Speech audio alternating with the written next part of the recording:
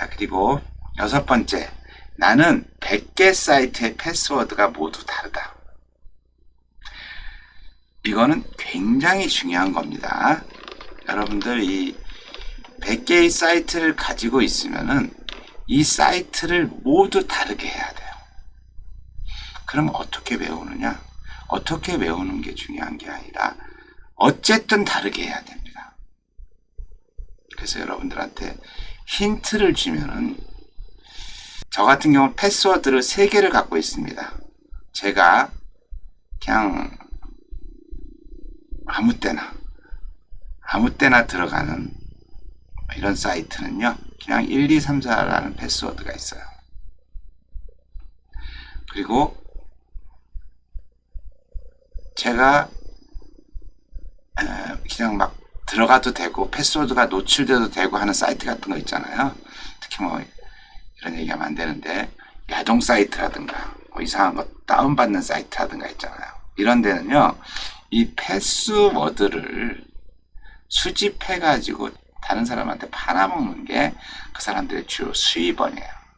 이런데 패스워드는요, 그냥 1, 2, 3, 4를 써야 저는 1, 2, 3, 4를 쓰고, 그 다음에 제가 실제 사용하는 사이트는 뭐 영상 처리 이렇게 이런 거, 그리고 이거 말고 이제 제가 금융기관 있죠, 돈을 처리하는 금융기관 같은 경우는 이렇게 저는 패스워드를 3가지를 관리하고 있는데, 이 패스워드를 갖다가 요 4글자 말고 앞에 서로 다른 패스워드를 써요.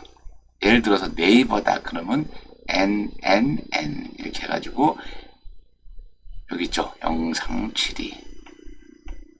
그 다음에 패스워드는 숫자하고 영어 알파벳하고 요 2개를 쓰면요, 알고리즘을 돌리면은 한 2분 이내에 모든 게 다 뚫려요. 그래서 반드시 패스워드는 특수문자를 쓰게 만듭니다. 그래서 이렇게 슬래시를 쓴다든가 백설표를 쓴다든가 이렇게 해가지고 저는 패스워드를 이렇게 만듭니다. 그래서 이 이제 오픈돼도 되는 그 있잖아요, 아무거나 다운받고 하는 그런 사이트는 이렇게 그 사이트가 A 사이트다 그럼 AAA1234 슬래시, 네이버 같은 사이트는 NNN 영상 7위 백설표, 그리고 은행이다 그러면 그게 국민은행이다 그러면 KKK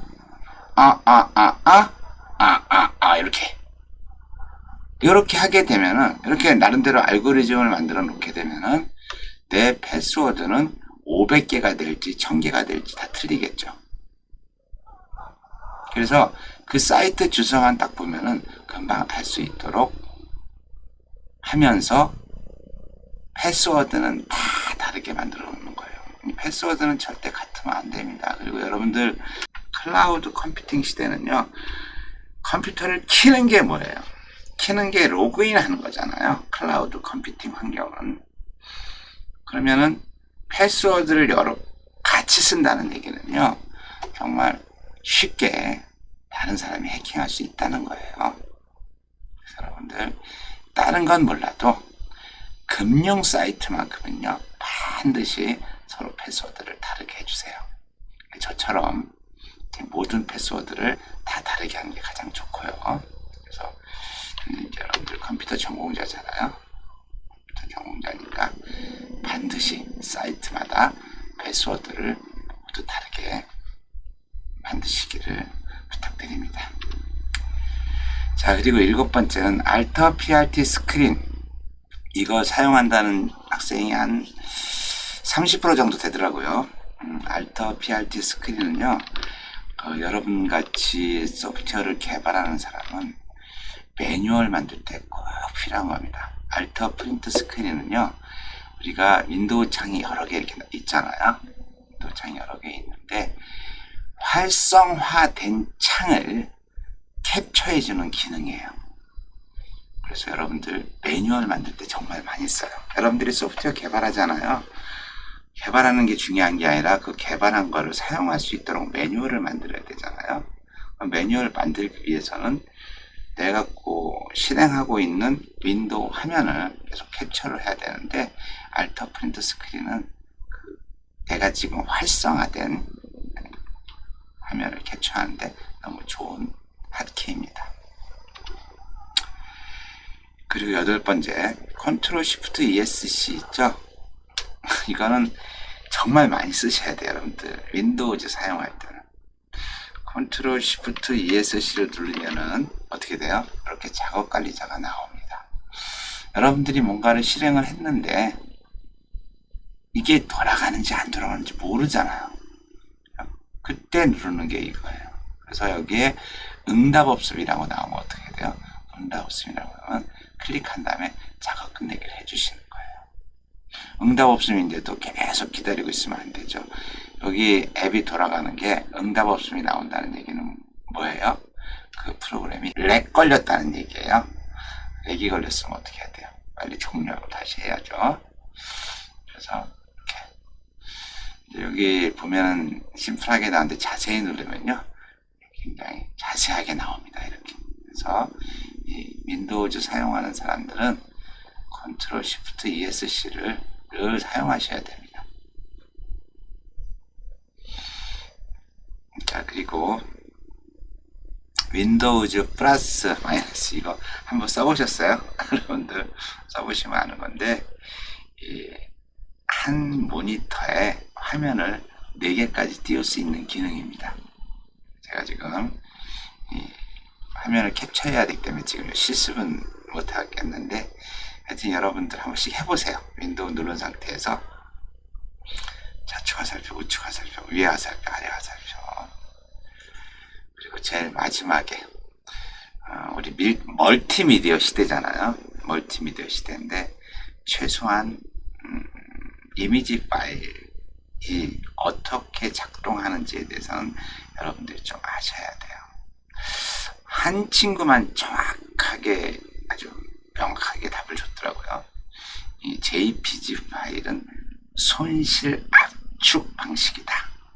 손실 압축 방식. 재밌는 얘기인데 이게 무슨 얘기냐면요. 우리 컴퓨터 모니터에서 색깔을 나타내는 거요. 레드, 그린, 블루. 요게 256가지 컬러. 256가지 컬러. 256가지 컬러. 이렇게 해가지고 레드 256 색깔, 그린 256 색깔, 블루 256 색깔, 요 세 개가 합쳐지면서 색깔이 만들어집니다. 그래서 이 레드, 그린, 블루를 갖다가 이게 0이고 0이고 0이면 아마 흰색인가 그럴 거예요. 그 다음에 255, 0에서부터 255까지니까 255, 255 그러면 이게 블랙인가 아마 그럴 거야. 이게 바뀔 수도 있네. 제가 한번 해봐야 돼, 하긴. 어쨌든 간에 요 숫자에 따라서 색깔이 같아요. 그래서 색깔이 같은데 이 JPG 파일은요 압축을 하는데 255, 255, 254 컬러가 있잖아요. 그러면 이것도 그냥 255로 저장을 해버려. JPG는요. 그러다 보면은 몇 번 저장하잖아요. 그럼 254, 255, 254도 255, 255, 255로 판단을 해요. 그래서 255로 만들어버려요. 그러니까 비슷한 색깔 길이를 서로 같이 합치게 되면요. 그래도 압축률이 더 좋아져요. 왜 압축률이 더 좋아지냐면요. 거기까지 얘기해야 되나? 아니, 좀 길어질 것 같으니까 여기까지만 얘기할게요. 어쨌든 간에 JPG는 파일이 이렇게 압축을 하는 기술이 있는데 그 압축하는 기술이 거의 비슷한 컬러끼리는 동일한 컬러로 만들어 버려요. 그러다 보니까 불러서 저장하고 불러서 저장하고 불러서 저장하고 계속 저장하잖아요. 그럼 원본하고 다른 이미지가 돼요. 그래서 그거 우리는 뭐라고 그래요? 깨진다고 얘기하는 거죠. 자, 이해되셨죠? 제가 요거를 SNS 활용 같은 강의에서는 아주 깊이 있게 설명을 드리는데 우리는 파이썬을 배워야 되잖아요. 그래서 그렇게 깊이 있게는 못 들어가고 간략하게 여러분들한테 피드백 해드렸습니다. 제가 내용에 대해서 좀 더 깊이 있게 알고 싶다 그러면 어떻게 하면 돼요? 검색하면 되죠. 피드백은 요 정도 하겠습니다. 이어서 파이썬 강의를 진행하도록 하겠습니다. 오늘 강의 내용은 제1장 파이썬과의 첫 만남 중 섹션 1번 파이썬 프로그램의 특징, 그 안에 등장 배경, 특징, 활용 분야와 섹션 2 파이썬 프로그램의 설치 및 실행 방법 중에 파이썬 프로그램을 설치하는 법, 그 파이썬 프로그램의 실행 및 종료하는 법, 그리고 섹션 3에 파이썬 전용 에디터가 있어요. 파이참이라고. 그래서 파이참을 설치하고 실행하는 방법에 대해서 진행을 하도록 하겠습니다. 자, 그러면은 섹션 1 파이썬 프로그램의 특징, 요거에 대한 학습 목표는 파이썬의 역사와 특징에 대해서 알아보고 파이썬의 동작 플랫폼에 대해서 이해를 하며 파이썬의 데이터 타입과 기능, 활용 분야에 대해서 알아보겠습니다. 먼저 파이썬의 등장 배경은, 파이썬은 언제 만들어졌냐면요, 1991년 기도 반 로섬이라고 하는 프로그래머가 만들었습니다. 파이썬이라고 하는 이름은요, 이 사람이 정말 좋아하는 코미디 프로그램의 이름이 파이썬입니다. 그래서 그 코미디 프로그램을 너무 좋아해가지고 자기가 만든 프로그래밍 언어를 파이썬이라고 명명을 했습니다. 대단한 친구죠. 자, 그리고 이 파이썬의 특징은 동적 타이핑이 가능한 범용 프로그래밍 언어이며 인터프린터 언어와 동일한 방법으로 동작을 하고 이징 코드인 바이트 코드를 생성하고 있고 들여쓰기를 통한 코드 블록으로 구분을 한다. 돌아버리겠죠? 분명히 다 한글로 돼 있어요. 그렇죠? 동적 타이핑, 범용 프로그래밍 언어, 인터프린터 언어, 동일한 방법으로 동작, 이건 뭐 알겠다. 이징 코드인 바이트 코드 생성, 코드 블록 구분. 분명히 한글로 돼 있는데 무슨 말인지 하나도 몰라요. 네, 조금씩 이제 알아가면 되죠. 뭐. 네. 동적 타이핑이라는 거는 이제 컴퓨터는요 정말 멍청합니다. 그래서 사람이 일일이 지정해 주지 않으면 아무것도 할 수가 없어요. 아시잖아요. 컴퓨터의 동작 원리는 뭐예요? 0과 1이잖아요.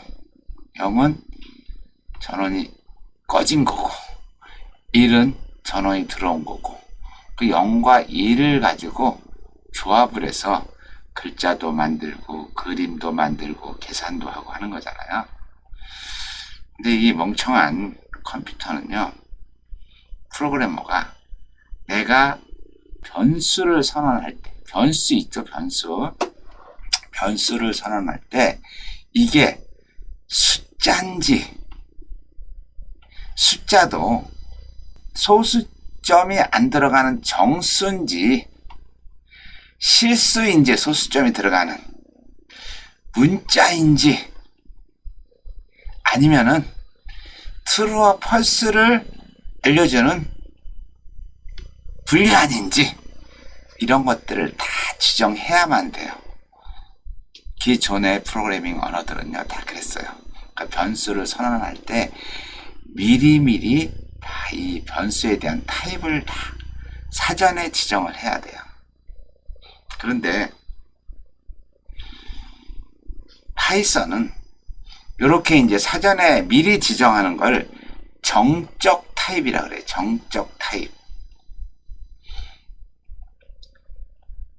데이터 타입, 변수 타입을 미리 지정하는 걸 정적 타입. 미리 지정하지 않는 거를 동적 타입이라 그래요. 동적 타입. 무슨 얘기냐면은 내가 변수라고 x를 선언했어. 근데 이 x가 정수다, 아니면 실수다, 아니면 문자다, 이런 거를 미리 지정을 해줘야 되는데, 이걸 미리 지정하는 걸 정적 타이핑. 이걸 지정하지 않고 x라고 하는 곳에 0이 들어가면은 요거는 정수다, 1.1이 들어가면은 이건 실수다, a가 들어가면은 이건 문자다, abc가 들어가면 이건 문자열이다 라고 값이 들어가면서 이 타입이 결정되는 걸 동적 타이핑이라고 얘기합니다. 서로 장단점이 있어요. 동적 타이핑은요, 초보자들이 코딩을 할 때 굉장히 편해요. 그런데 이 타입을 지정하지 않게 되면요, 내가 1이라는 걸 넣었다가 1.1을 넣잖아요. 그럼 에러가 나요. 그런데 정적 타이핑 같은 경우는 미리미리 다 정해놓기 때문에 그런 에러가 날 확률이 없죠. 그래서 어쨌든 간에 초보자들한테는 이 동적 타이핑이 굉장히 편합니다. 그래서 이 동적 타이핑을 지원하는 범용 프로그래밍 언어, 범용이라는 거는 뭐예요? 누구나 사용하는 프로그래밍 언어라는 얘기죠. 그리고 이제 인터프린터 언어와 동일한 방법으로 동작을 한다고 그랬는데요. 그 인터프린터라는 게 있고 컴파일이라는 게 있어요. 컴파일.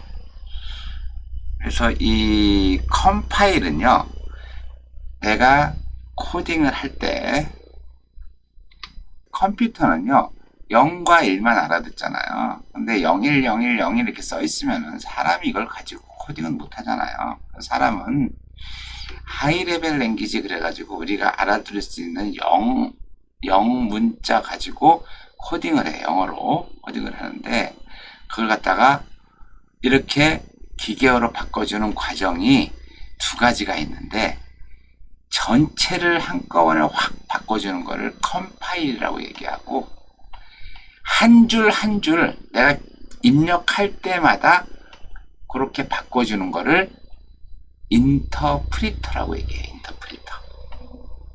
인터프리터 영어 단어 찾아보면 해석기라고 나오는데 컴파일도 해석기라고 나와요. 그래서 전체 소스 코드를 이만큼 만들었는데 요거를 하나의 기계어 목적 코드로 샥 바꿔주는 거, 기계가 알아들을 수 있도록 바꿔주는 걸 컴파일. 내가 소스 코드를 하나하나 이렇게 입력할 때마다 얘가 목적 코드로 바뀌는 거, 입력할 때마다 한 줄 한 줄 단위로 바뀌는 거를 인터프리터 언어라고 이야기합니다. 네, 그냥 그렇게만 알고 있으면 돼요. 그럼 나중에 진도 막 실습하면서 보면은 이게 이 얘기였구나 라는 걸 알 수가 있어요. 그리고 이제 이진 코드인 바이트 코드는 뭐냐면요, 이 컴퓨터에서 사용하는 코드는 세 가지가 있어요. 소스 코드라고 하는 게 있고, 그 다음에 바이트 코드라고 하는 게 있고, 그 다음에 머신 코드라고 하는 게 있어요. 머신 코드. 이 머신 코드는요, 컴퓨터 CPU가 바로 알아들을 수 있도록 만들어 놓은 걸 머신 코드라고 해요. CPU가 바로, 하드웨어가 바로 알아들을 수 있게 만든 거. 이 소스 코드는 뭐냐면요, 이 사람이 알아볼 수 있게 만들어 놓은 거. 이 소스 코드를 머신 코드로 바꾸는 게 뭐라 그랬어요? 이게 컴파일 또는 인터프리터라고 얘기한다 그랬죠. 한 줄 한 줄씩 바꿀 때는 인터프리터, 한 파일을 몽창 바꿀 때는 컴파일, 이렇게 말씀드렸죠. 그런데 요 바이트 코드는 뭐냐면요, 이 머신 코드 같은 경우는 하드웨어에 종속되어 있는데, 이 바이트 코드는 하드웨어에 종속되지 않고 버추얼 머신이라고 있어요. 버추얼 머신. 하드웨어에다가 운영체제를, 가상 운영체제를 설치를 해요. 그래서 하드웨어에 종속되지 않으면서 컴퓨터가 알아들을 수 있는, 버추얼 머신이 알아들을 수 있도록 만든 것 갖다가 바이트 코드라고 해요. 그래서 이 바이트 코드를 생성하다 보니까 이 버추얼 머신은 서로 다른 운영 체제간을 갖다 같이 이렇게 공유하는 걸 버추얼 머신이라고 하는데, 그렇게 그 버추얼 머신에서 이해할 수 있도록 만드는 걸 바이트 코드라고 얘기합니다. 더 어려워요. 그래서 하여튼 여러분들 여기서는 그렇게 어렵게 생각하지 마시고, 여기서 여러분들 이해할 거는요, 소스 코드는 뭐다? 우리가 사람이 보는 코드예요. 그 다음에 머신 코드는 뭐예요? 기계가 알아듣는 코드. 이 바이트 코드는 뭐예요? 버추얼 머신, 가상 컴퓨터가 알아들을 수 있는 코드다. 이 정도만 알면 될 것 같아요. 이 들여쓰기를 통한 코드 블록으로 구분을 한다. 이건 무슨 얘기냐면요, 여러분들 C 프로그램을 짤 때 스타트는 이 중괄호 시작이고 엔드가 중괄호 끝이잖아요. 그래서 내가 이 줄을 갖다가 다음 줄로 넘기든 안 넘기든 여기서부터 여기까지를 하나의 문장으로 본다고요, C는. 그런데 파이썬은요, 파워포인트 같은 거 보면은 우리 글을 쓸 때 이렇게 쓰고, 요 밑에다가 들여쓰기 해가지고 밑에다 쓰고, 또 들여쓰기해서 밑에다 쓰고, 들여쓰기해서 밑에다 쓰고, 이렇게 파워포인트로 작성할 때 이렇게 작업한 기억나시죠? 그렇죠? 이렇게 또 내쓰기 하고, 또 들여쓰기 하고, 내쓰기 하고, 내쓰기 하고, 이렇게. 그렇죠? 이런 걸 갖다가 코드 블록이라 그래요. 그래서 이건 같은 레벨에 있는 거예요. 얘도 같은 레벨에 있는 거고, 얘도 같은 레벨에 있는 거고. 그래서 여기서부터 시작해서 여기서 끝나는 거예요. 여기서부터 시작해서 여기서 끝나는 거고, 여기서부터 시작해서 여기서 끝나는 거고. 그래서 얘가 있으면 반드시 얘가 있어야 돼요. 얘가 있으면 반드시 얘가 있어야 되고. 그래서 들여쓰기, 내쓰기, 이거를 갖다가 코드 블록이라 그래요. 코드 블록. 그래서 여러분들 파이썬 프로그래밍 짜다 보면은요, 이제 에러가 났을 때 그 코드 블록에 의한 에러들이 굉장히 많아요. 실제 얘하고 라인을 맞춰야 되는데 이 라인이 안 맞아. 그러면 에러가 나요. 라인이 아니라 컬럼이죠, 컬럼. 요게 이제 얘는 첫 번째 컬럼에 썼는데 얘는 두 번째 컬럼에 썼다. 그러면 에러가 나요. 얘는 세 번째 컬럼에 썼는데 얘는 네 번째 컬럼에 썼다. 그러면 에러가 나요. 그래서 이런 걸 갖다가 코드 블록이라고 얘기합니다. 코드 블록. 자, 그리고 이제 파이썬 프로그램의 특징은 과학 공학 분야에서 굉장히 많이 사용되고 있어요. 그래서 굉장히 많이 사용한다는 얘기는 활용도가 많다는 거잖아요. 그래서 이렇게 국내에서도 지금 파이썬을 쓰는 사람들이 굉장히 많아요. 그러니까 파이썬이 좋은 게 뭐냐면요. 이 프로그래밍 자체가 쉽다 보니까 보통 이 코딩을 하려면요. 공학을 전공한 이과를 전공한 학생들이 코딩을 하는데 굉장히 스트레스 받아요. 지금 얘기한 것처럼 타입도 알아야 되고 뭣도 알아야 되고. 그런데 이 파이썬은 지금까지 나온 것 중에서 가장 자연어에 가깝고, 이러다 보니까 인문학을 전공한 사람들이 코딩을 되게 많이 해요. 그래서 어쨌든 국내에서 굉장히 많이 쓰고 있고, 그리고 이제 이 파이썬 소프트웨어 파운드 여기 있죠, 사이트 따따따 python.org에 가면요 바로 다운을 받아서, 이제 파이썬 프로그램은 배터리 내장형 프로그래밍 언어라고도 얘기하는데, 배터리 내장형 언어는 무슨 말이냐면요, 여러분들 그 장난감 파는 데 가서 장난감을 사왔어요. 그래서 작동을 하려고 그랬더니 배터리가 없어. 근데 더 화가 나는 건, 우리가 일반적으로 갖고 있는 AA나 AAA 배터리 같으면 괜찮아. 그런데 희한하게 생긴 동전형 배터리 있잖아요. 그런 걸 통해서만 이게 작동이 가능하다. 그럼 무지하게 짜증나잖아요. 그 또 동전형 배터리 구하러 또 가야 되고 이러니까 실제 사왔는데도 불구하고 그 장난감을 사용을 못하는 경우가 발생하잖아요. 그런데 배터리 내장형이라고 하는 거는 그걸 갖다가 장난감을 파는데 배터리도 같이 주는 거예요. 그럼 어떻게 돼요? 바로 내가 실행할 수 있다는 거죠. 그래서 여기 말씀드린 대로 따따따 python.org에 가면요 프로그램 소스들이 있는데, 그걸 갖다가 바로 설치만 하면 돼요. 자바 같은 경우는요 환경을 설정하는데 무지하게 오래 걸립니다. 그러니까 사람들이, 공학을 전공한 사람들이 아니면은 아예 하다가 포기를 해요. 말씀드리지만 파이썬은 배터리 내장형 프로그래밍이다. 프로그래밍 언어이다.